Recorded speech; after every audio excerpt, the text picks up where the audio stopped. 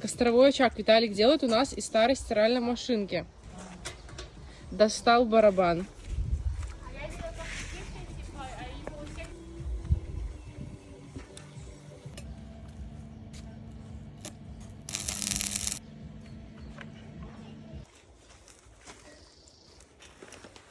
Угу.